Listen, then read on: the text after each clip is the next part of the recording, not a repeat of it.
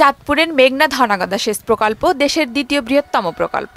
এর সড়ক ও খালের পাশে বিগত ৩৫ বছরে স্থানীয় লোকজন বহু অবৈধ স্থাপনা তৈরি করে বাণিজ্যিকভাবে ব্যবহার করছে। পানি উন্নয়ন বোর্ড থেকে ইজারা দেওয়া না হলেও বিভিন্নভাবে এর মালিকানা দাবি করে লাখ লাখ টাকা হাতিয়ে নিচ্ছে স্থানীয় প্রভাবশালী চক্র।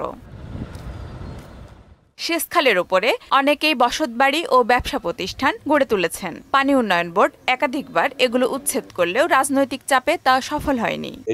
ওয়ালটন ফ্রিজ কিনে অনেকের মতো আপনিও হয়ে যেতে পারেন মিলেনিয়াল। সেরা পণ্যের সেরা অফার।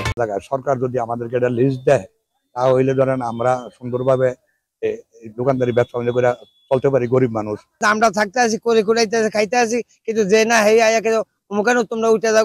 আমাদের একটা লিস্ট দেয় দোকানের, আর নাইলে আমাকে কোনো একটা ব্যবস্থা করে দেয়। কয়দিন পর আমাকে ঠেলা দেয়, আমাকে যদি খেদায় দেয়, ঘর ভাঙিয়ে দেয়, কোনো যাওয়ার জায়গা নাই।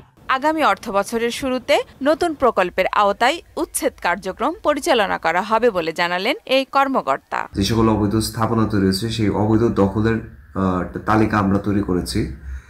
আগামী অর্থবছরের শুরুতে বর্তমানে নতুন প্রকল্পের আওতায় উচ্ছেদ কার্যক্রম পরিচালনা আমরা শুরু করব।